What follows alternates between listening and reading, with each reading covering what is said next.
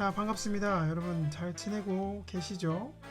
오늘 로마서를 통해서 또 하루를 시작하며 지내기를 바랍니다. 오늘 본문은요, 로마서 6장 19절로 23절 말씀입니다. 자, 오늘 제목은요, 거룩함에 이르라. 거룩함에 이르라. 네, 우리가요, 거룩함에 이르는 삶에 대해서 얘기할 때 우리는 이 단어를 많이 쓰죠? 무슨 단어냐면 성화라는 거예요. 그죠? 우리가 그리스도를 나의 주로, 나의 주님으로 고백하고 죄의 나라에서 이제 하나님의 나라, 그 은혜의 나라에 소속된 사람으로서 이 땅에서 하나님의 자녀로서의 삶을 살아가는 것, 성화라고 표현을 합니다. 우리의 삶은요, 이 성화를 이루어가는 삶이에요. 그런데 이 성화의 삶, 이 믿음의 삶이 빠른 사람도 있고 느린 사람도 있겠죠. 빠르기는 그렇게 중요하지 않을 것 같습니다. 빠르고 느린 것이 중요한 것이 아니라 얼마나 바르게 바른 방향으로 걸어가고 있느냐, 나아가고 있느냐, 이것이 더 중요하다는 것이죠. 우리가 어떻게 하면 점점 거룩해지는 삶을 살아갈 수 있을까요? 이 오늘 사도 바울은요, 성도들이 거룩함에 이르는 방식에 대해서 이렇게 말하고 있습니다. 19절인데요. 19절 후반부에 보시면 여러분의 지체를 의의 종으로 바쳐서 거룩함에 이르도록 하십시오. 여기서 우리는요, 거룩함, 이 거룩함, 성화에 이르는 몇 가지 중요한 원리를 발견할 수 있다는 것이죠. 첫 번째는요, 명령이라는 거예요. 성화는 명령이다. 그러니까 성화는요, 느낌이나 체험이 아니라는 거예요. 성화는 행하라 라는 하나님의 명령이나 다름이 없습니다. 두 번째는요, 성화는 하나님의 명령에 순종하는 것이다 라는 겁니다. 순종. 그러니까 성화는 순종으로만 이루어진다는 거예요. 하나님의 명령에 대한 순종 없이 그냥 우리의 느낌만으로 절대로 거룩함에 이를 수 없다라는 것이죠. 뭔가 산에 가서 불을 받는다거나 여러 가지 어디 가서 특이한 은사를 받는다거나 그렇게 해서는 거룩한 삶을 살아가는데 부족함이 있다라는 것입니다. 세 번째는요, 하나님이 예수님 믿는 자들에게 거룩하라고 명령하신 것은 신분을 기초로 한 것입니다.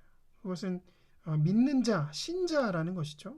거룩한 삶에 대한 명령, 그것은 신분, 믿는 자에게 명령하신 것입니다. 그러니까 거룩한 삶에 대한 명령이란 건요, 하나님이 모든 인류에게 하신 명령이 아니라는 거예요. 그것이 아니라 믿는 자들에게, 하나님의 자녀가 된 성도가 된 사람들, 성도들에게만 명령하신 것이다 라는 겁니다.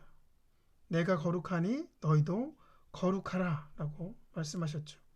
우리가 믿는 자가 되었기 때문에 우리에게만 하시는 명령이라는 거예요. 우리만이, 예수님을 믿는 자만이 거룩함에 이를 수 있다라는 겁니다.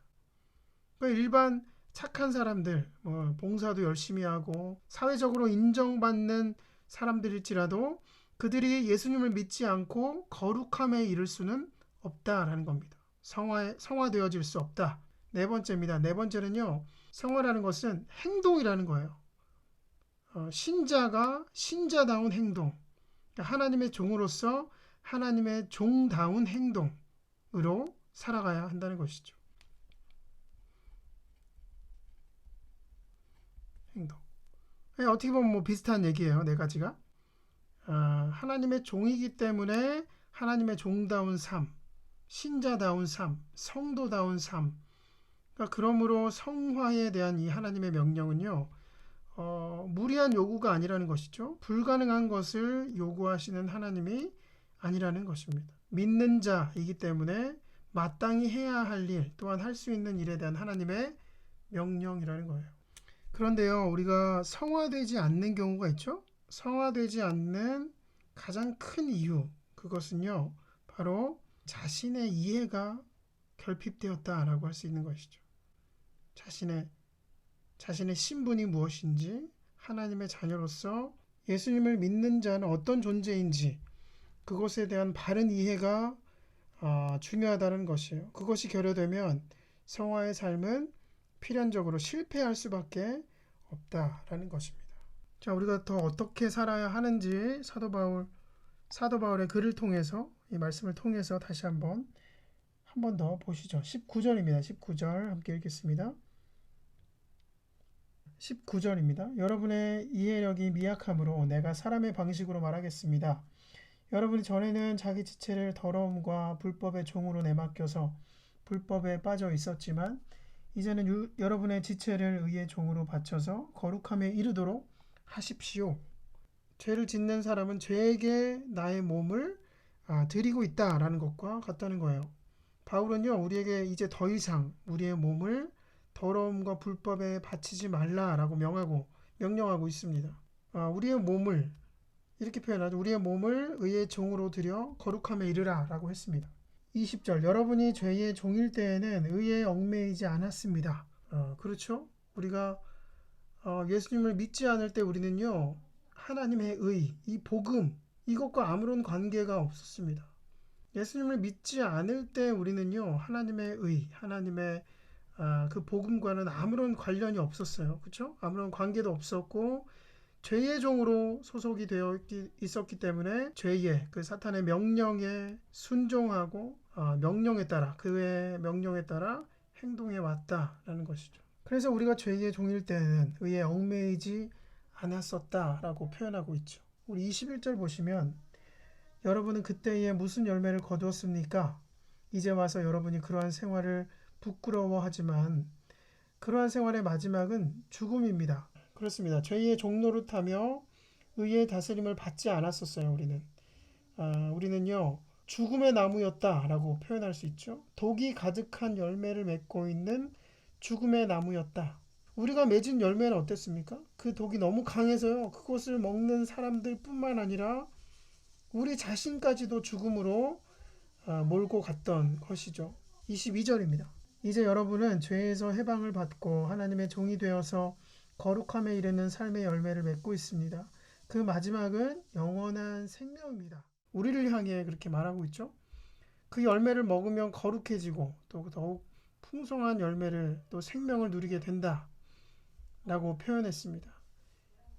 그 나무는요 절대 시들지 않을 거예요. 영원히 싱그러운 생명력을 가지고 거룩한 열매를 맺게 되는 영생의 나무였던 것이죠. 바로 의의 종, 하나님의 종으로 살아가는 사람들의 모습이라는 거예요.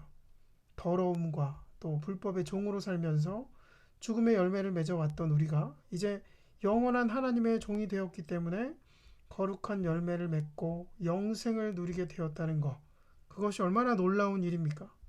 바울은요 이 놀라운 사실을 마지막에 이렇게 요약하고 있는 것 같습니다. 23절이요. 죄의 삭은 죽음이요 하나님의 선물은 우리 주 예수 그리스도 안에서 누리는 영원한 생명입니다. 우리가 눈여겨봐야 할 두 단어는요 대가라는 것과 선물이라는 거예요. 대가는 뭡니까? 내가 일을 했으니까 당연히 받아야 할 몫이라는 거예요. 선물은 뭐예요? 선물은 아무런 일도 하지 않은 나에게 주신 그 하나님의 은혜라는 것이죠. 우리는 죄의 대가로 뭐를 받아야 합니까? 심판을 받아야 마땅한 사람들이죠. 영원한 죽음 속으로 내던져져야 했던 그렇게 되어질 사람들이라는 것이죠. 그런데 우리에게 주어진 것은 대가가 아니라 죄의 대가가 아니라 오히려 하나님의 선물이라는 것입니다. 하나님의 선물은요. 누구를 통해서 그렇게 되는 것이죠? 바로 예수 그리스도를 통해서 이루어지는 것입니다. 이것이 하나님의 선물이라는 것이죠. 예수 그리스도를 통해 우리에게 주어질 그 선물, 그것이 바로 영생이다라는 것을 말씀하고 있습니다. 사랑하는 여러분, 우리는요 죄에서 해방을 받고 하나님의 종이 되었습니다. 거룩함에 이르는 삶을 살면서 하나님의 열매를 많이 맺게 되기를 간절히 소망합니다. 영원한 생명을 위해 거룩한 열매를 맺어가는 저와 여러분 되기를 주님의 이름으로